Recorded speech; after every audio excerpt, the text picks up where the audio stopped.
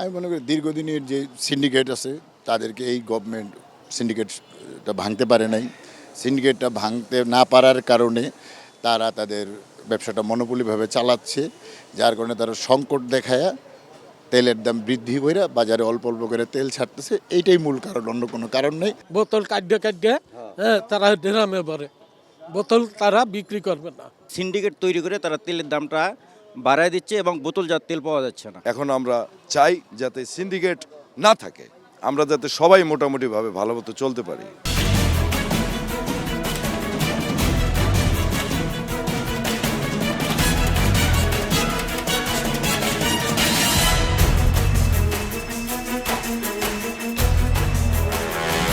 দর্শক শুভেচ্ছা, জনতার কথা অনুষ্ঠানে আপনাদের স্বাগত জানাচ্ছি। আমি আসিফ সুমিত। আপনারা জানেন জনগণের মতামত তুলে ধরতে একুশে টেলিভিশনের বিশেষ আয়োজন জনতার কথা। আজকে সাধারণ মানুষের কথা শুনতে আমরা এসেছি রাজধানীর পান্থপথ এলাকায়। আমাদের প্রত্যাশা দেশে শক্তিশালী গণতন্ত্র, আমরা চাই সরকারকে সহায়তা করতে। দর্শক, খুব সম্প্রতি একটি প্রতিবেদন লক্ষণীয়, যেখানে বলা হচ্ছে যে বাংলাদেশের চাহিদা মাফিক সয়াবিন তেল আমদানি করা হয়েছে, কিন্তু বাজারে এখন সয়াবিন তেল সংকট। কোনো কোম্পানিরই বোতলজাত তেল পাওয়া যাচ্ছে না সেইভাবে, অর্থাৎ সাধারণ মানুষের চাহিদা মাফিক তেল মিলছে না বাজারে।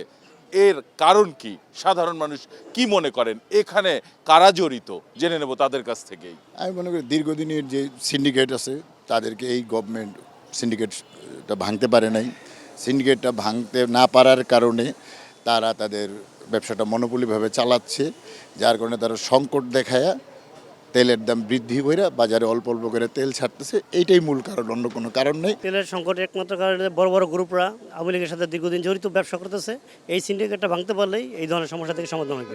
আওয়ামী সিন্ডিকেটের কারণে আমার কাছে মনে হচ্ছে তেলেরই সংকট। বসুন্ধরা বলেন, সিটি গ্রুপ বলেন, বিভিন্ন তেলের যারা আছে মূল ব্যবসা, তারা মূলত সিন্ডিকেট করে দাম বাড়ায় আজকে এই বাজার অস্থিতিশীল অবস্থা তৈরি করছে। এই আওয়ামী লীগের দোসর যারা ব্যবসা বাণিজ্য করে, বড় বড় ব্যবসায়ী, এদের সিন্ডিকেটটা ভাঙলেই এই দেশ আমার মনে হয় ব্যবসা ভালো চলবে। সিন্ডিকেটের কারণে এই তেলের প্রবলেম, এই সিন্ডিকেট ভাঙতে হবে। ছোলা তোলা নাই, বোতল যত নাই, 5 লিটার তেল নাই, কিছু নাই। ওরা সব বুঝাইছে যাতে মানে রাজনীতির উপর একটা হামলা পড়ে, এই জন্য।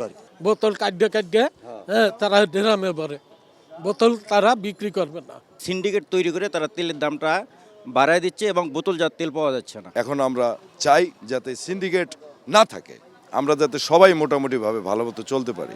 কোন জিনিসটা আপনার কমতে আসছে আপনি আমার বুঝেন? আওয়ামী লীগের আমলে যে সিন্ডিকেটগুলো করছে, যে যা যা অত্যাচার করছে, তাই চলতেছে, কোনো পরিবর্তন নেই। সয়াবিন তেল পাওয়া যাচ্ছে না, বাজারে কিনেও পাওয়া যায় না, দোকানেও পাওয়া যায় না। আগে এই স্বৈরাচারের সিন্ডিকেট ভাঙতে হবে, আমাদের সাধারণ পাবলিকের আসলে মরণ। সিন্ডিকেটটা বন্ধ না করা পর্যন্ত আমাদের দেশটাকে এরকমই ওরা চালাইব। খাদ্য অধিদপ্তর বিভিন্ন দোকান বাজারে তারা অভিযান দেয়।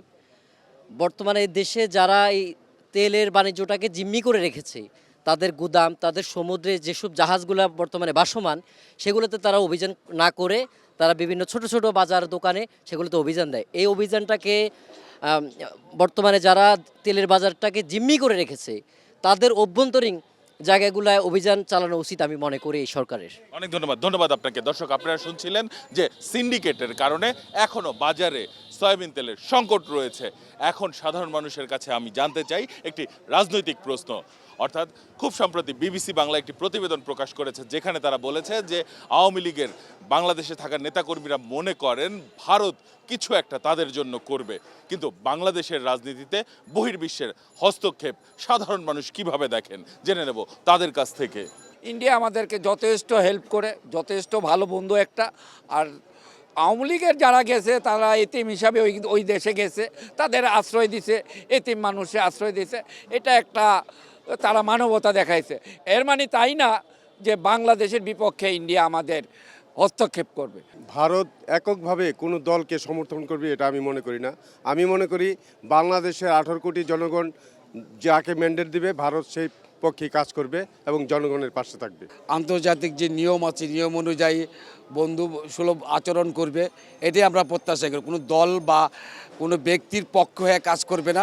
বহির্বিশ্বের কোনো প্রকার হস্তক্ষেপ আমরা কোনোভাবেই কাম্য করি না, এটা আমাদের জন্য মোটেও শোভনীয় বলে আমরা মনে করি না। বহির্বিশ্ব যেভাবে চলে নিয়ম অনুযায়ী বন্ধু হিসেবে তারা আসে থাকবে, এর বেশি কিছু না। আমরা তাদের ভাবি প্রতিবেশী হিসাবে, যদি প্রতিবেশী হিসাবে থাকতে চায় থাকুক, না থাকে না। আর আওয়ামী লীগ এটা সম্পূর্ণ ভুল ধারণা। ওইটা স্বামী স্ত্রীর সম্পর্ক এখন আর নাই। আওয়ামী লীগ রাজনৈতিকভাবে দেউলিয়া, তো একটা দেউলিয়া সংগঠনের নেতাকর্মীরা আর একটা প্রতিবেশীর কাছে সাহায্য চাবে বা এটা এক্সপেক্ট করবে, এটা খুব স্বাভাবিক। যেমন আমরা সম্প্রতি দেখেছি মোদির যুক্তরাজ্য সফরে বাংলাদেশ আওয়ামী লীগের ওইখানের নেতাকর্মীরা মোদিজির পক্ষে সাপোর্ট দিয়েছে। তো এটাই প্রমাণ করে যে তারা আসলে বাংলাদেশের জনগণের কাছ থেকে বিতাড়িত হয়ে তারা এখন বহির্বিশ্বের কোনো শক্তির দ্বারা এদেশে আবার এই ফ্যাসিস্ট সরকার কায়েম করতে চাচ্ছে, যেটা এদেশের জনগণ কোনোদিন হতে দেবে না। ফ্যাসিবাদী কারবারটা যদি এই দেশে আমাদের বাংলাদেশে সৃষ্টি না হয়। এখন ওরা কিভাবে আসতে চায়, এটা ভাবনাটা নেয় কিভাবে আওয়ামী লীগ? এটা তো লজ্জা হওয়া উচিত আওয়ামী লীগের। আজকে তিস্তা দেখেন শুকিয়ে মরুভূমি হয়ে গেছে। একটা বন্ধু রাষ্ট্র কখনো আর একটা বন্ধু রাষ্ট্রকে একটা মরুভূমি হিসাবে আখ্যায়িত করতে পারে না। অনেক ধন্যবাদ আপনাকে। দর্শক, আপনারা শুনছিলেন সাধারণ মানুষের প্রতিক্রিয়া। সাধারণ মানুষ কিন্তু তাদের ভাবনাগুলো অসাধারণ, তাদের চিন্তা অনেক সূক্ষ্ম ও গভীর। দর্শক, জনতার কথা দেখতে প্রতি শনি, রবি, মঙ্গল এবং বুধবার চোখ রাখুন একুশে টেলিভিশনে। সঙ্গে থাকবো আমি আসিফ সুমিত।